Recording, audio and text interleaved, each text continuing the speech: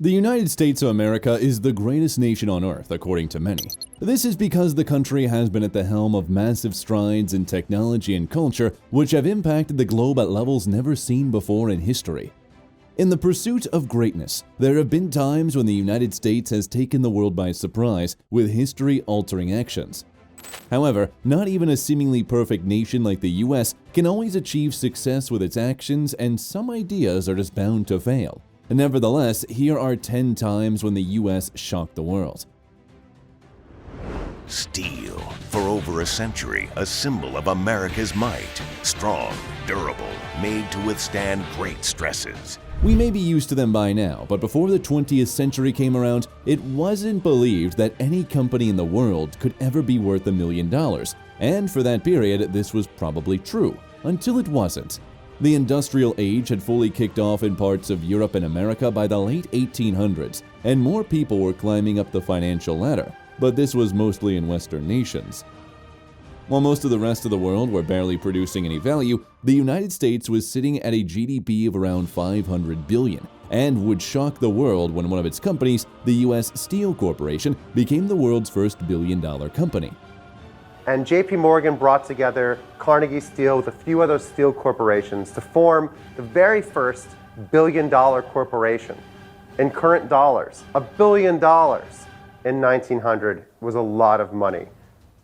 U.S. Steel was formed in March 1901 as a gigantic consolidation of three of the largest steel companies in the U.S., in practices we would often call monopolistic today.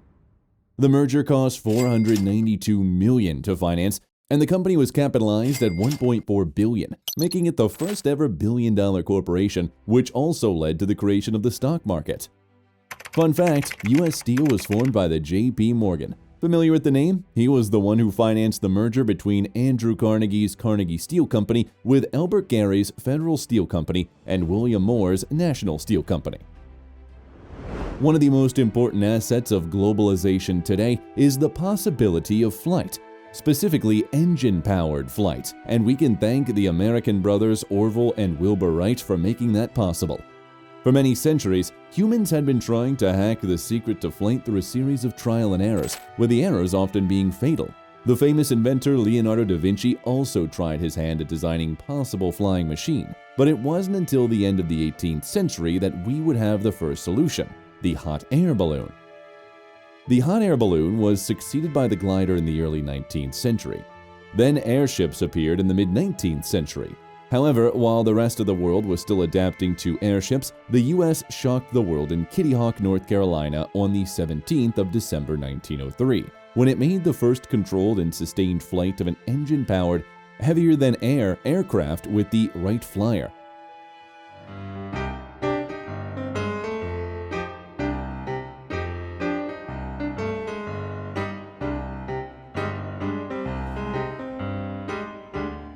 Of course, the honor for this goes to the Wright brothers for their creation of a 3-axis control system, which enabled the pilot to steer the aircraft effectively and to maintain its equilibrium, a system which is still prevalent on aircraft till this day.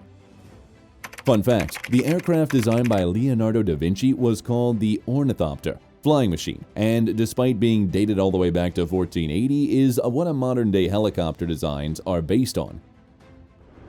During World War II, directly participating nations were in a constant race to develop weapons that could give them a significant advantage over enemies, or the power to totally end the war. While war machines and fighter aircraft technology saw rapid advancements in this period, the one thing developed which was actually able to end the war was the atomic bomb. Now I am become death, the destroyer of worlds.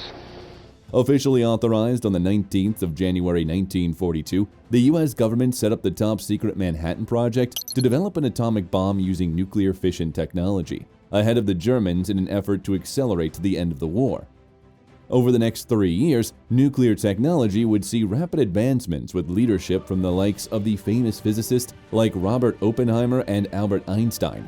On the 16th of July 1945, the first ever full-scale successful atomic bomb test occurred in Alamogordo, New Mexico, but this wasn't actually when the U.S. would shock the world.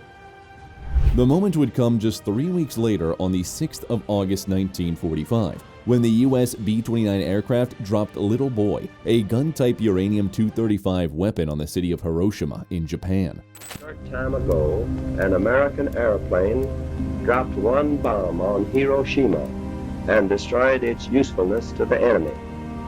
That bomb has more power than 20,000 tons of TNT. The assault wouldn't end there, and 3 days later, another B-29 would drop Fat Man, an implosion-type plutonium weapon on the city of Nagasaki, also in Japan. At 11:02 a.m., the B-29 dropped an atomic bomb on Nagasaki. These actions forced the Japanese forces to surrender to the Allied forces on August 14, 1945, effectively signaling the end to the 6-year-long war.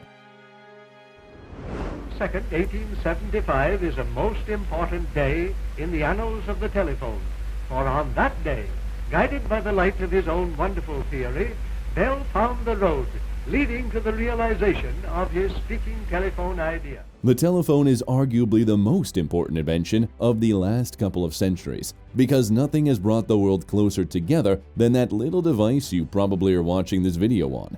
And it wouldn't have been possible without the works credited to a certain American scientist called Graham Bell. You know what else Graham Bell helped make possible? The ability for you to hit that like button and subscribe for more videos such as this one. Before the age of radio communication, messages needed to be delivered by hand or even by bird, despite sometimes having to travel some pretty long distances. This method led to the loss of a lot of information, some of which were often vital. Beginning in the early 19th century, many technicians and scientists attempted to develop an electronic sound transmission technology to make communication among long distances easier, and some even succeeded. However, it was Graham Bell who would claim the historical honor on the 10th of March 1876, when he shocked the world to make the first successful telephone transmission of clear speech using a liquid transmitter when he spoke to his assistant, Watson, through his patented telephone device. The famous first words were, "Mr. Watson, come here, I want to see you," and Watson heard each word distinctly. Fun fact, Graham Bell also went on to co-found the American Telephone Company and Telegraph Company, better known as AT&T, in 1885. When the Europeans first docked on the eastern end of the Americas, they were aware of the western end. However, the only way to get back there by sea at that time was by sailing through the treacherously long Cape Horn at the southern tip of the Americas. That is until the United States shocked the world with a development which would alter global trade forever. That development is called the Panama Canal, which strategically connects the Atlantic Ocean to the Pacific Ocean, and it has been seen as a necessity for trade as far back as the late 17th century. However, multiple European nations would attempt and fail to build the canal over the next century. France in particular would sink almost $300 million into the project in the 1880s, but the terrain in Panama was far too difficult for them to navigate, and they ended up losing all the investment along with over 22,000 men to diseases. The United States, with their superior technology and better knowledge of the territory, would take the opportunity to buy out the canal from the French in 1904 for $40 million. Work on the Panama Canal took a decade and nearly $500 million to complete, but in 1914 it was finally open and led to the creation of a new trade corridor for the world. The internet is the most technically complex system humanity has ever. Where would you be without the internet? Probably not watching this video, that's for sure. But do you know the internet wasn't initially meant for you or me, or for any civilian for that matter? Yeah, the internet was initially created for military use because scientists proposed that a universal communication network for computers would serve well for long-range communication and time-sharing of resources without the use of radio signals. During the 1960s, Joseph Carl Licklider led the Information Processing Techniques Office, or IPTO, at the Advanced Research Projects Agency of the United States Department of Defense to create what was then called the ARPANET in 1969. However, despite being decentralized, ARPANET would mostly remain exclusive to military bases and research centers.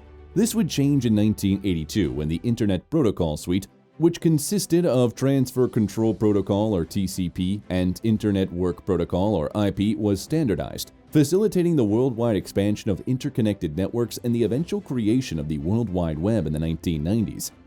The creation of the modern internet happened during the Cold War, and America looked like they had just won another battle against the Soviets. Little did they know that it would turn out to shape the society we live in today. 2, 1, 0, all engines running.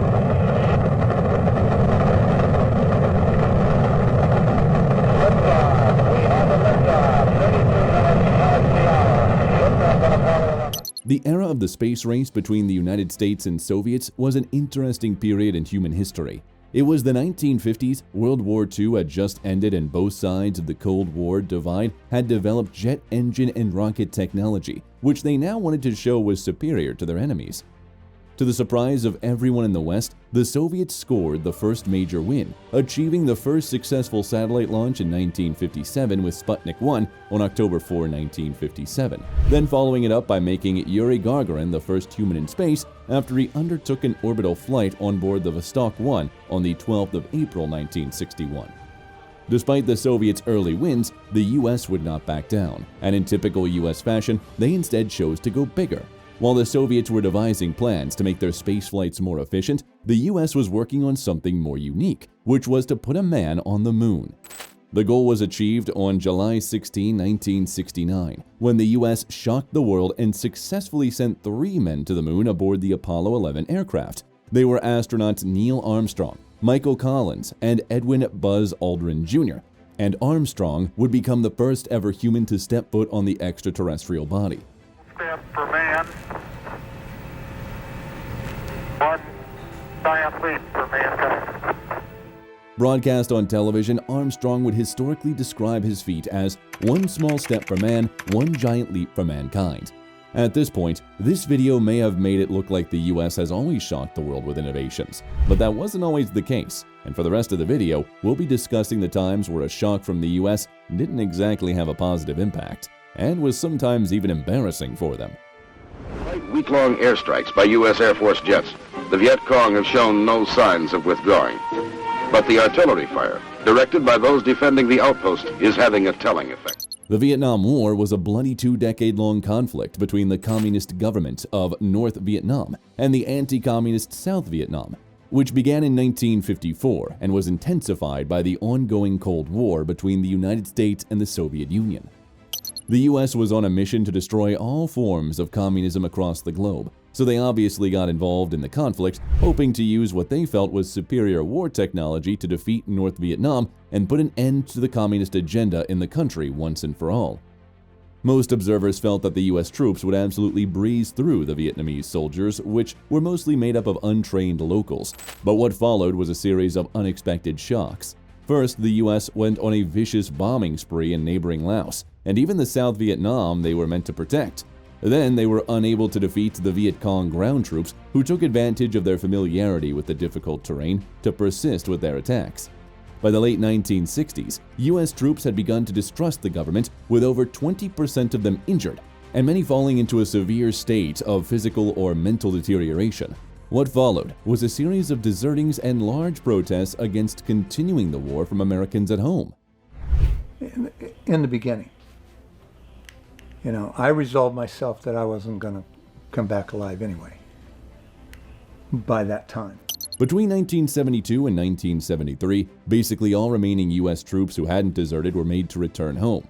To the world's surprise, the U.S. could not compete against barely trained locals, spent over $120 billion to the loss, which led to massive inflation. And to top it all off, the entire Vietnam would unify under socialist rule in 1976. Talk about a triple whammy. Secretary Connally to suspend temporarily the convertibility of the dollar into gold or other reserve assets, except in amounts and conditions determined to be in the interest of monetary stability and in the best interest of the United States. The gold standard is a monetary system where the standard economic unit of account is based on a fixed quantity of gold. It was the basis for the international monetary system from the 1870s to the early 1920s, but would decline following World War I. It made a short comeback during the Great Depression, but it wasn't until the last moments of World War II that the U.S. saw it as a huge opportunity. The world needed to rebuild following devastation from the war, and the US had all the resources and held the gold of warring European nations, so its leaders suggested that the leaders of other nations that it had enough gold in its reserve to peg its currency, the dollar, to. Most of these nations were indebted to the US, so they agreed to set a fixed exchange rate for their currencies against the US dollar rather than gold. Thus, the Bretton Woods system was established in 1944. Remember the Vietnam War? Well, with the onset of the conflict, nations like France began attempting to withdraw all their gold in the 1960s, fearing the US might be funding the war effort with too much debt. This caused a huge panic in the US financial sector and led to then US President Richard Nixon to end international convertibility of the US dollar to gold on August 15, 1971, in what was called the Nixon Shock. It was expected that unpegging the dollar would be a temporary measure, with the gold price of the dollar and the official rate of exchange remaining constant. Revaluing the currencies was the main purpose of this plan. However, no official reevaluation or redemption ever happened, and today the world's most important currency is backed by nothing but faith. Fun fact, the International Monetary Fund was established in 1945 to help maintain the Bretton Woods system, but shifted to examining the economic policies of countries with IMF loan agreements in 1971 after the Nixon Shock. For the final edition on the list, we'll be diving into the U.S. shock that's probably affecting you the most today. In March, the Federal Reserve's balance sheet has ballooned from $4 trillion to around $7 trillion, equal to about one-third of the value of the entire American economy. No matter where you live in the world, it seems like the price of everything has shot up in the past couple of years, and there's a logic explanation to the inflation link back to the United States. It all stems from the onset of COVID-19 pandemic, which led to one of the grandest economic slowdowns in the past century. Most nations on the globe were affected by transportation restrictions, and it looked like the global economy was under major threat of collapse. As the owners of the world reserve currency, U.S. leaders feared that the slowdown would be devastating for their status and tried to stimulate the economy. How would they do this when the economy was creating much less value than expected? Well, by printing money, of course, and they printed a lot, but not physically. According to reports, the U.S. Federal Reserve, headed by Jerome Powell, shocked the world when it purchased at least $4 trillion in government securities between 2020 and 21, using newly created dollars as the U.S. handed out stimulus checks to its citizens. Combined with the supply chain disruptions aggravated by the COVID-19 pandemic and more recent geopolitical conflict in Europe and the Middle East, the excess money in the world was now chasing fewer goods, which has caused global inflation and is why global interest rates are currently higher on average.